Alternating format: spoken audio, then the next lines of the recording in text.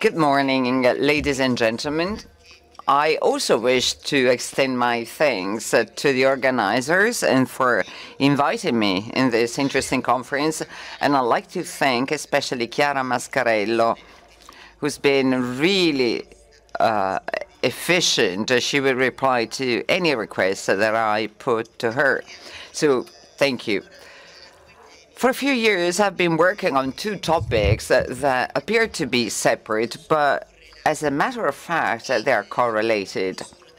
At least they are, according to my analysis. So on the one hand, the rediscovery of the ancient techniques of meditation in Republican pre-Maoist China, which also includes a reevaluation to the Theravada model.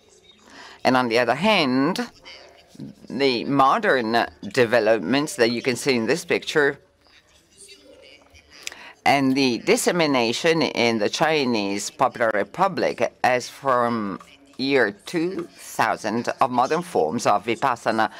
In this specific case, which I will discuss today, is the practice that you see practiced by Bhikshu and Chinese monks, which is Mahashaki.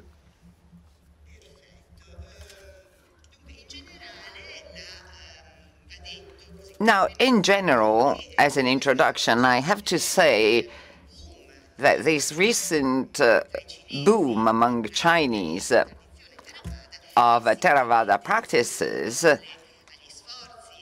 is due to the efforts and commitments of masters from the South and Southeastern Asia, and some Chinese activists, as Donatella Rossi said before, they use the social media and the internet extensively so they can easily reach large numbers of people. I also have to say that despite the modernity of the practices involved, these teachings are received by those who practice them as ancient forms of meditation, so as forms of meditation that are close to original Buddhist meditations. And this is the point that allows me to draw a connection between the two phenomena that I mentioned a while ago. So in other words, I believe that the origins of the popularity of Theravada meditation in contemporary China can be traced back to the first half of the 20th century, when modern ideas on religion reached China. These ideas brought with themselves the idea of a return to the original Buddhist teachings. I have to specify one point. What do we mean by original in this context? The classical idea, which is typically modernist, of a rediscovery of the original primitive Buddhism. But on top of this, as far as China is concerned, there is a rediscovery of Indian original teachings.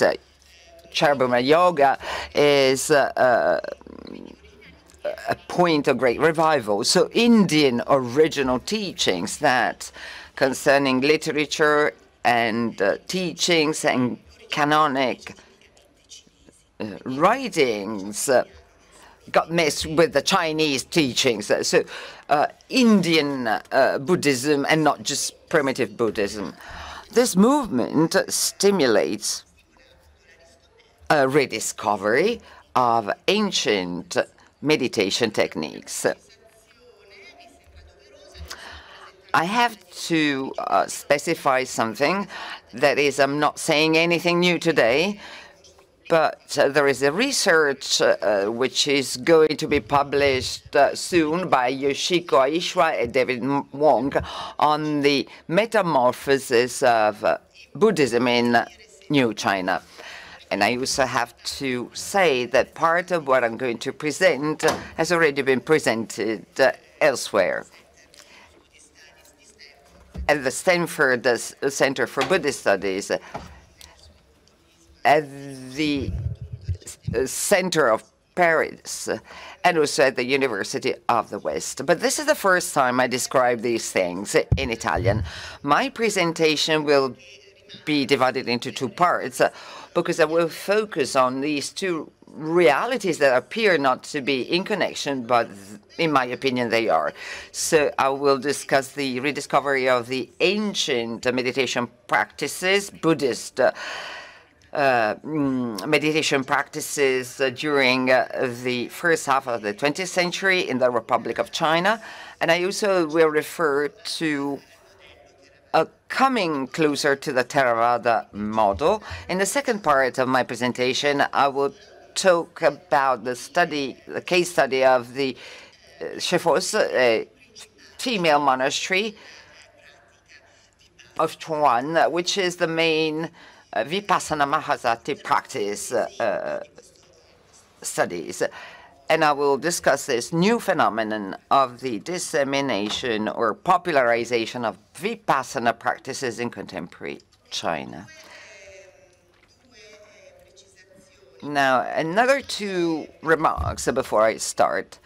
First of all, I need to say that very often the term modern Buddhism and Buddhist modernism are considered to be synonyms. I'd rather separate them.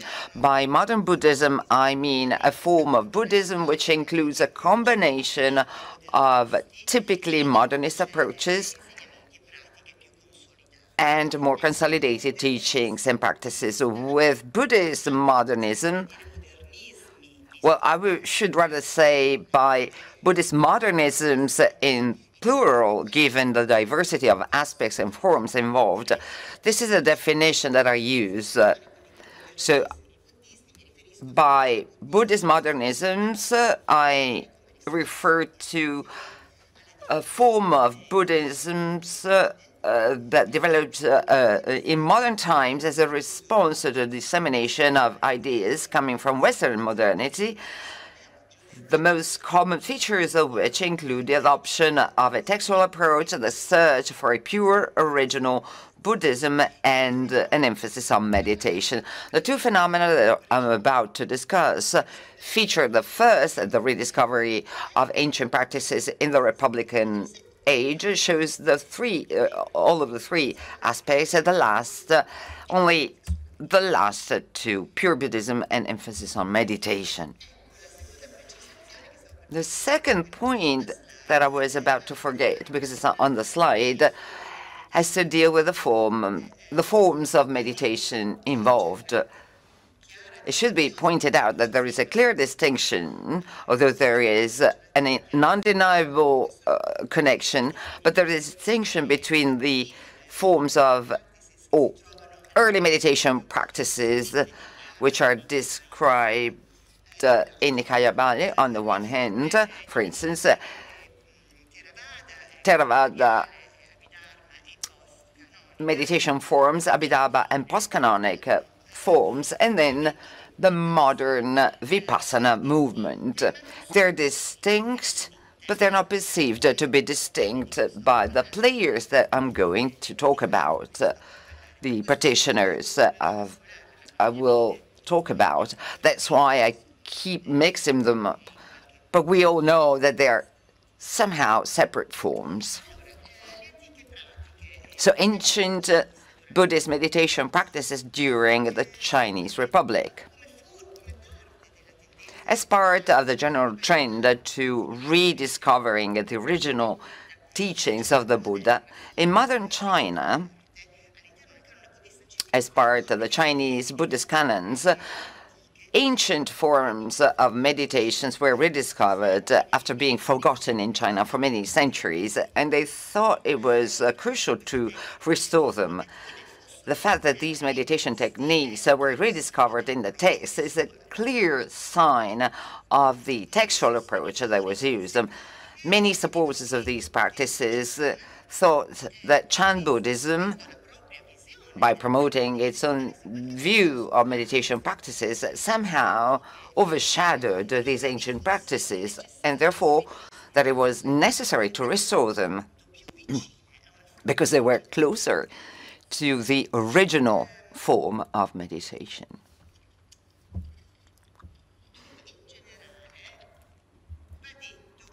In general, I should say that the arrival of modern ideas on Buddhism favored the revaluation of the Hinayana section text. Hinayana will be used when used in my sources, and Theravada when my sources use Theravada.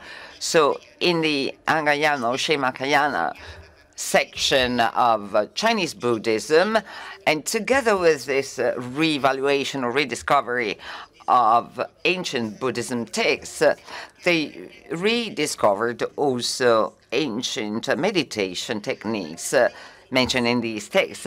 I should say that except for a few rare cases that I will not discuss, ancient meditation techniques were reintegrated in the Chinese Mahayana with the goal of restoring the rich Mahayana tradition of medieval China. This was a bit of the underlying narrative, and it was not to support Hinayana or Theravada to core as such, despite the fact that at that time part of the Chinese Sangha started seeing Theravada as the Theravada form that was closest to original Buddhism. In fact, these ancient meditation practices that were forgotten and that they were trying to rediscover had the advantage of being included not just in the text of the Hinayana section, but also in important sutras or in major literature concerning the Mahayana. So important Mahayana literature, for instance, Machanabhumi, the treaty Tajalulun, the treaty on Paramachamitra Sutta, and then the meditation treaties written in China, and essays on meditation techniques written by pre-Chan masters. As you can see, the sources to draw inspiration from to rediscover these practices are plenty and rich. I would just mention one of the many cases of literature written directly in Chinese on these practices, which is the text by J.E., The Perfection of Dhyana, Shichambolumichi di Famen, which is a systematic discussion on these practices that has been compared to Disitimaka, which is very often studied in correlation with the Sutimaka in Chinese Buddhist study centers. And Tushi, one of the great masters of Buddhism in the first part of the 20th century, defines them as the most comprehensive work on Buddhism generated in China. So these are ancient practices, of course. They're witnesses of the ancient text of the canon, but then they are part of the Mahayana literature. This doesn't create any issue to the Mahayana identity of their promoters. What did they do? What did the promoters do? Well, very easily, that we have narratives by some of them, stories by some of them. A case is Miao Xin that Rao Binom described. So what did they do? They would search in the text. They would search for texts, put them in practice, test them, and if they worked, they continued practicing, as in the case of Miao Jin. For putting one, the visualization of the corpse. It's a form of meditation on the impure, or they were dropped. Bianchi said, I found dietary practices that cannot be practiced at all, and so he put them aside. So they tested and tried them, and tried to check their validity and efficacy.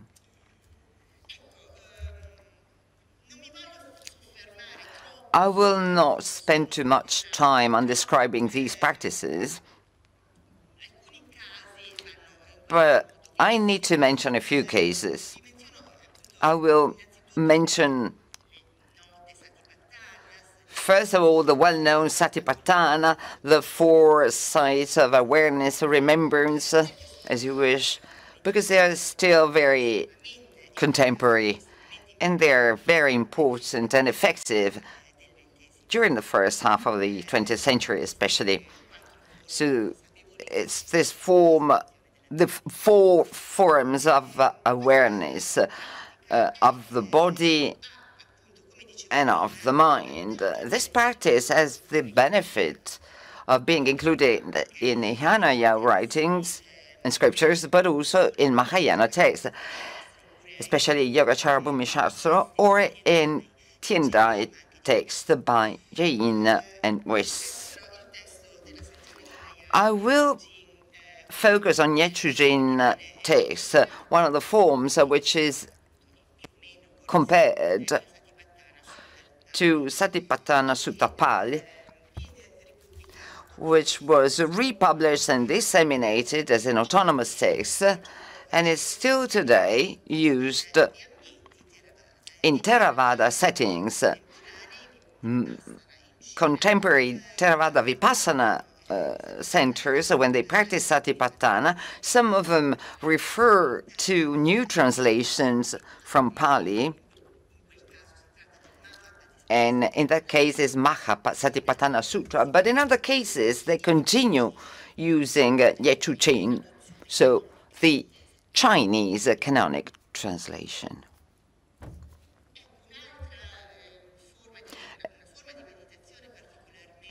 A particularly popular form of meditation, especially during the first half of the 20th century, and I wrote a paper on this recently, is Shubhabhavana, Puqingguan in Chinese, the visualization of the impure, which is endorsed by many masters, including lay masters. Liu Chen started supporting this. And I talked about this topic in a conference organized by Professor Orofino in Naples, so I'll skip that. Among the various endorsers of this practice during the Republican age, this practice is still very popular in modern times,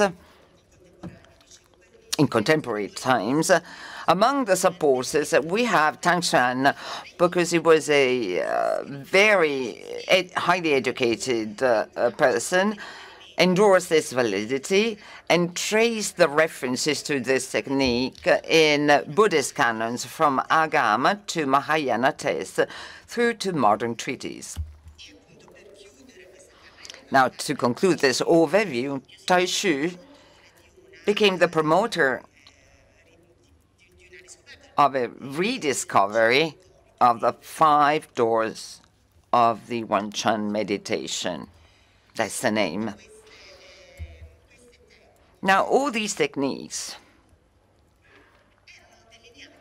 were outlined, as I said before, in Chinese canonic texts, especially Yogacara Bhumi and in Agamas, and they were presented as a form of original Buddhist meditation.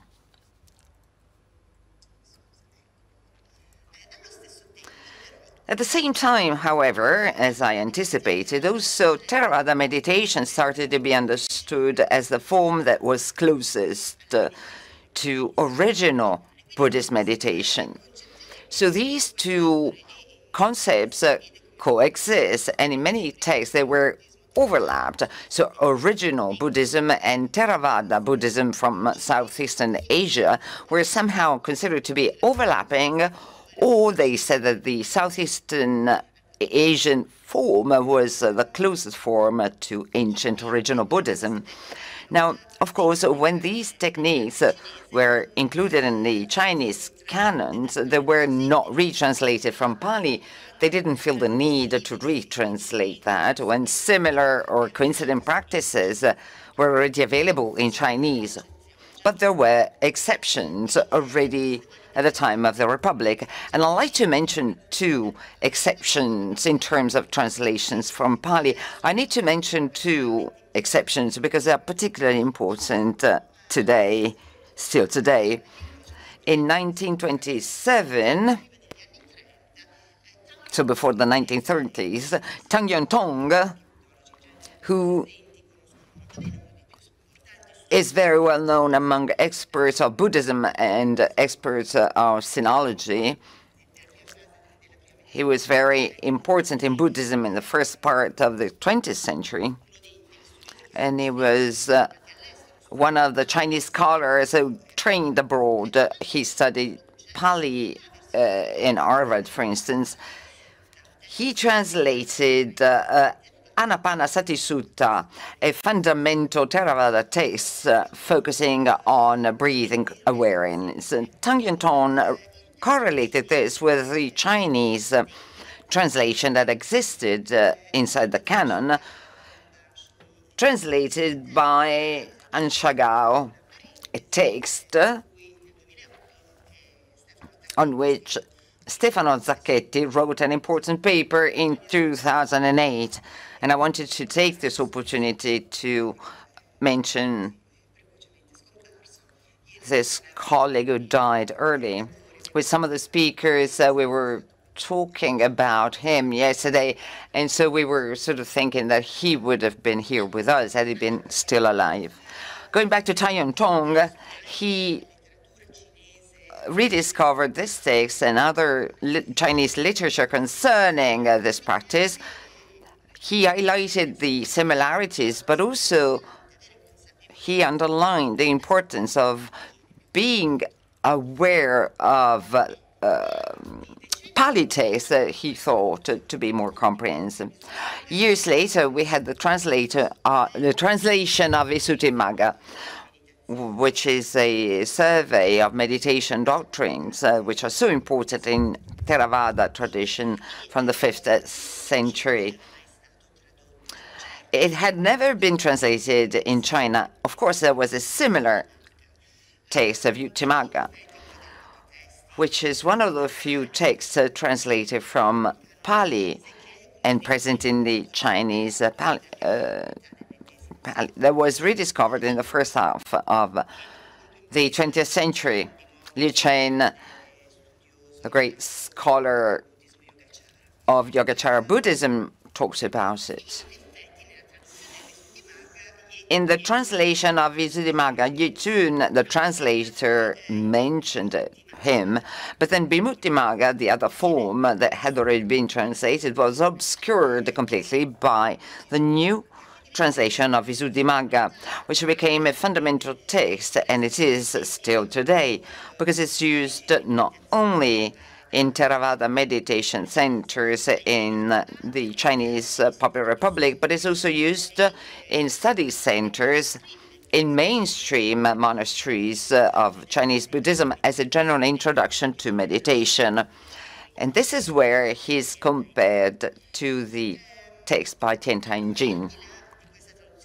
Now, besides this translation, which is obviously important, because it is unquestionably the most influential text translated from Pali in contemporary China. Apart from this, I'd like to share a few words on his translator, because it's representative of the whole phenomenon. Yan Chun, like Binjun Zhaozan, participated in 1946 in one of the study travels to Sri Lanka, southern India, therefore, organized by Taishu for Chinese bhikshu, and I'm reading the translation of the assignment letter that was given by Taishu himself.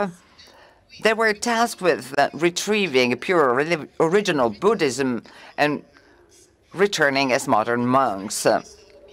So the goal is clear. The program headed by Justin Ritzing aimed at sending Chinese to Sri Lanka for them to learn what it meant to be bhikshun.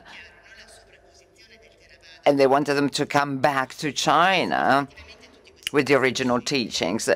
So for sure, all these monks went back to secular life. Yen Jun, once he left the vows, devoted himself to translating texts from Pali.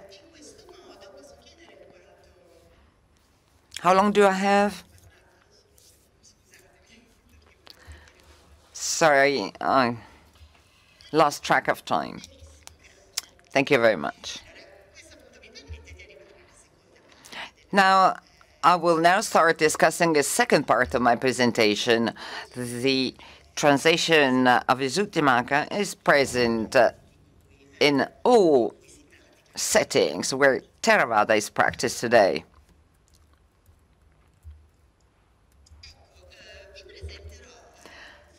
I will present the phenomenon of the dissemination of Theravada, or the Vipassana practice rather, through the case of Shefus, a female monastery located in Wuhan in Sichuan, which is very close to the Sanxingwei site, which since 2016 it has been considered the main center of the Mahasati movement in China. Denjen Zhongzhongshan is the translation in Chinese.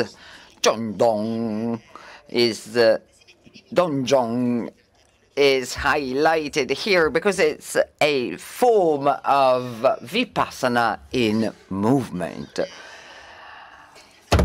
The Vipassana meditation is practiced here in a Buddhist context that is totally and clearly Chinese.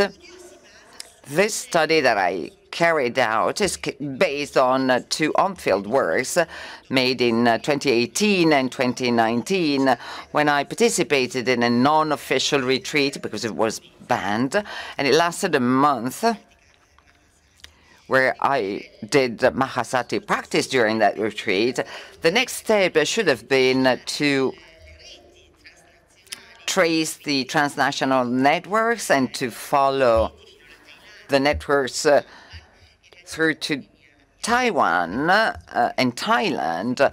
I couldn't do it because of the pandemics. Hopefully, I can continue my work soon.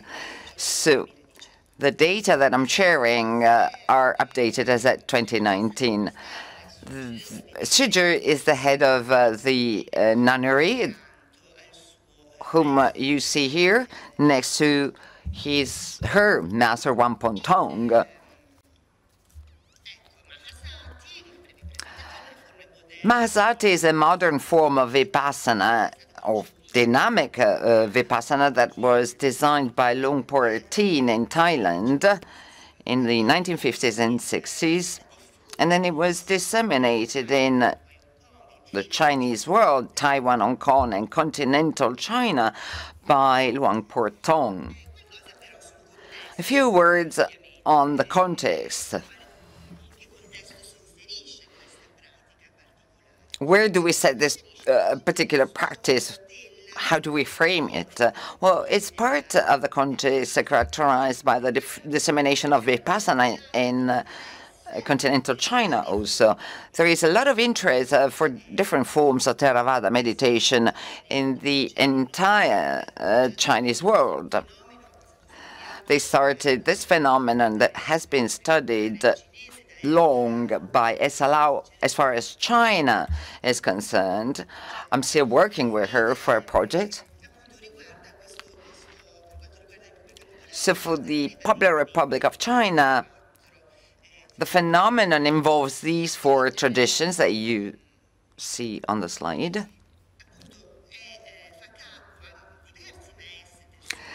There are different masters and teachers of different masters in Southern and Southeastern Asia, with many monks scattered around. You can separate and distinguish between two settings. On the one hand, we have Theravada communities led by teachers from Southeastern Asia. And then we have traditional Buddhist communities that adopt fully or partly some Theravada techniques. In Sichuan, there is another monastery where modern Theravada Vipassana practices are followed in a curriculum with Tibetan approaches. As far as Theravada, strictly Theravada centers, we have to separate two situations. The least represented situation is that of centers that are entirely Theravada. Why is this the less popular? Well, in other cases, the second category is where we have Theravada settings as part of Chinese settings, so they're hosted inside these centers. Why is the first the least popular? Because according to the Chinese legislation, a foreign master cannot set up his or her own study center. So the choice that these foreign masters have to make if they want to go to China is twofold. They either set up Vipassana centers with no affiliation, like yoga centers, but if they want to set up a center for Vipassana studies that are classified as Buddhist, they have to be linked to Chinese monasteries that offer to them their own institutions. As you can easily understand, this form, the latter, generates hybridization. I mean, forms of different hybridations because they're sitting together. In addition to that, we have Chinese monasteries that practice Theravada regardless of, connections or regardless of how the center is set up. That's the general review. I also should say that, except for few cases where Theravada is practiced exclusively, in the majority of cases, we have attempts at creating forms of compromise between Theravada and Chinese Mahayana. The other comment that I should make is that despite the modernity of the Theravada meditation forms involved here, these practices are still characterized by the appeal that they have because they are ancient Buddhist practices, and that's the way they're perceived by practitioners. The case of Chefun Tse is exemplary of forms of hybridization.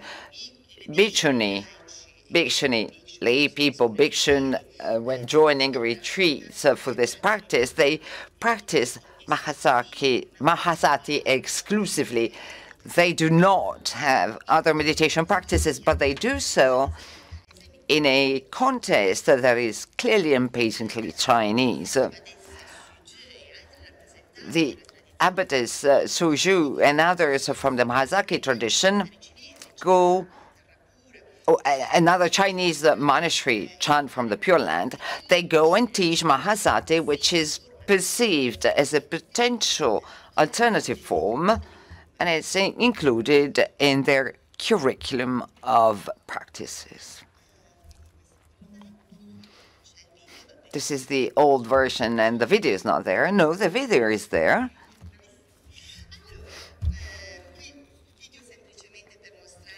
The video is just to show you the various forms of Mahasati. I'll just say a few words. It's a modern form of dynamic Vipassana, including the movements of the limbs and the chest. And you have both sitting and walking meditation. This practice, this Mahasati practice, aims at bringing awareness to all movements of the body and of the mind, with the purpose of reaching perfect self-awareness, Chue or Sati, a modernist interpretation of the word. Instead of giving instructions to contrast discursive mental activities, this practice involves only body movements. It alternates sitting meditation to walking meditation that you can see here. And practitioners have to remain aware of their movements, not just during a meditation practice, but also in daily life and even when sleeping.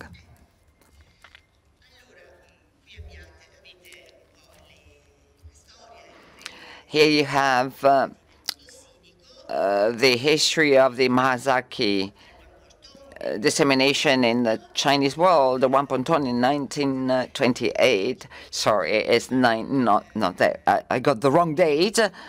It was in 1999. He founded the Mahazaki Meditation Society in Taipei.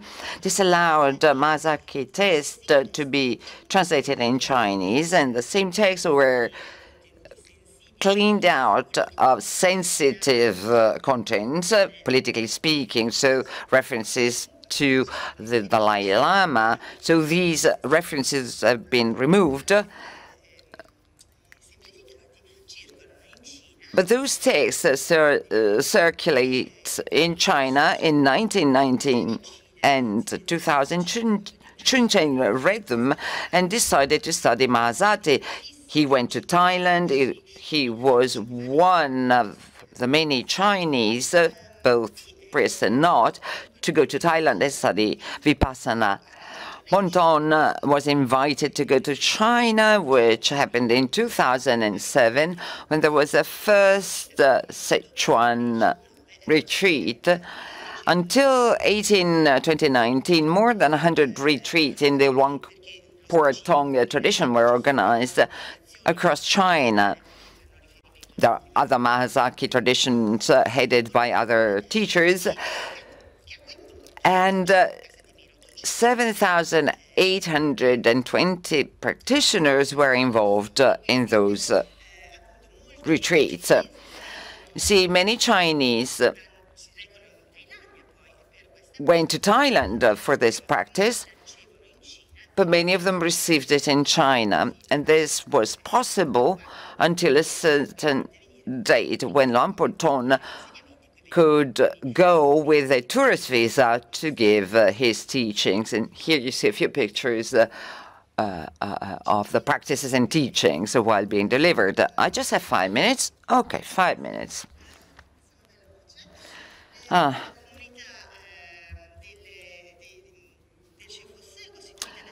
The community is comprised of 5 resident bhikshus and a variable community of followers that are not totally resident, and other bhikshu. The profile of the typical practitioner is a layperson. On their website, they say openly that the Mahazati method is effective against depression, psychological issues. Many of the people embracing this tradition do it for this purpose, but the typical profile is the urban Chinese with high education and belonging to the wealthy class. This is a description I found on the internet. The daily life is described here. In summary, what I wanted to say is that there is an emphasis on meditation, but the liturgy and the organization of the activities is the one that's typical of Chinese Buddhism. Then there are retreats. When they are organized inside of Shepherdson, they cannot host more than 60 persons, but retreats were also organized hosting up to 300 people. They include different types of retreats with meditation sessions, speeches on the Dharma, and the rule of silence. And I participated in one of them as an observer.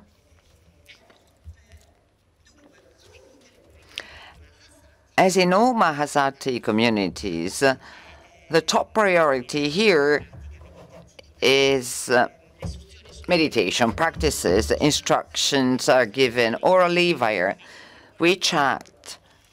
The only exceptions are the teachings from Luang Por Tin and Luang Por Tong.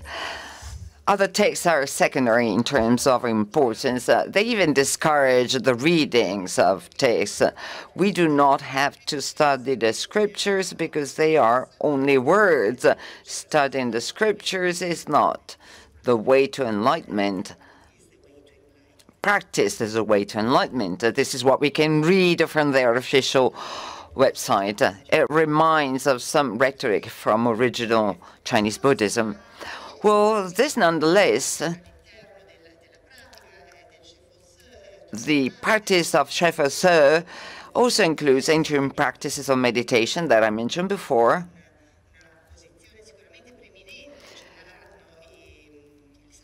Satipatthana, Shemen Chu, or Ju is a priority for sure. You see the characters of the four paths, the four sides of awareness. You can find them in walking meditations. As Rapporteur said, the four awareness sides are all complete in Mahasati. So Shuja favors them, but also delivers teachings on them. And to do that, he uses the canonic Chinese text. The abbot also delivers teachings on Visuddhimagga via WeChat.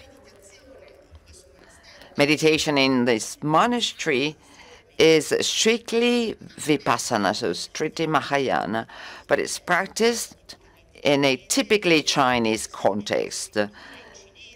The chanting of the scriptures, they recite Dhammakaya and Samad Sutra. The rituals of the text, of the meals, is typically Chinese. There is a clear hybridization between Sino-Theravada, which is also part of the final goal, this hybridization between the Chinese tradition and Theravada.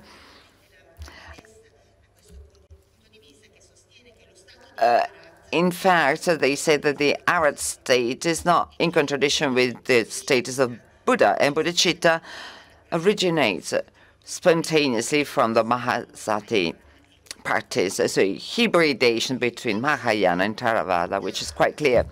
And then the identity of this bhikshuni is Mahayana. They understand themselves as bhikshuni from Mahayana. They use Theravada techniques. They receive the precepts of Mahayana Sutra. They study the precepts of Yogyakarta. So it's typically Chinese as an approach, but they practice a form of Theravada Buddhism. This is possible because, as Shuji says, Buddhism is a single tradition that allows for different ways of cultivating it. In a minute, I'll try to close, and I wanted to draw your attention to some of the similarities and the connections between these two realities that I've discussed so far. These Buddhists, the monks and the practitioners of contemporary Vipassana and monks as Bianchi, from the first part of the 20th century that followed and practice ancient practices, these are Chinese Buddhists. They use Hinayana or Theravada practices without feeling any need to question their identity of Mahayana practitioners. This can only be done if you consider this phenomenon as part of the reception in China, of the assimilation in China of a modern conception of Buddhism that started in the Republican era. On the one hand, we have acceptance of other traditions as elements that are equally valued as part of a single Buddhist tradition, which facilitates acceptance. I mean, modern Buddhism accepts other traditions, and Tibetan Buddhism started becoming popular among Chinese. And on the other hand, we have a rediscovery of Buddhist teachings that had long been forgotten in China. The idea that Hinayana texts were comparable to original Buddhism, of course, led to rediscovering and reevaluating what were allegedly lower teachings, but also to a new appreciation of Pali Buddhism. In the post-Maoist era, what happened was an exponential growth of the phenomenon, which became really visible in the last decades, and it can be connected to different factors. For sure, the resistance of modernist conceptions in today's Chinese Buddhism. A number of Chinese traditional monasteries embraces a non-sectarian approach that allows them to incorporate elements from the major Buddhist traditions, and then the theory that the Theravada is the most authentic representation of primitive or original Buddhism, which fostered its popularity. On the other hand, and this is true particularly in contemporary times, although there were signs of this during the Republican age, we should recognize that there is a parallel phenomenon, namely an increased interest for meditation by lay people. And here we have a different aspect to consider, the accessibility of modern forms of Vipassana as an alternative is to be considered as one of the reasons for its popularity. Simplicity, accessibility, and effectiveness. These are the words that are most widely used in the testimonies that I gathered in my interviews. Using Robert Sharp's words, it seems that the Mahasati technique can democratize the enlightenment, and that's a quote. So if you consider it comparable to the ancient meditation practices, so equal to original Buddhist meditation, so they're not only easier and more effective, but also more authentic and pure. Thank you very much.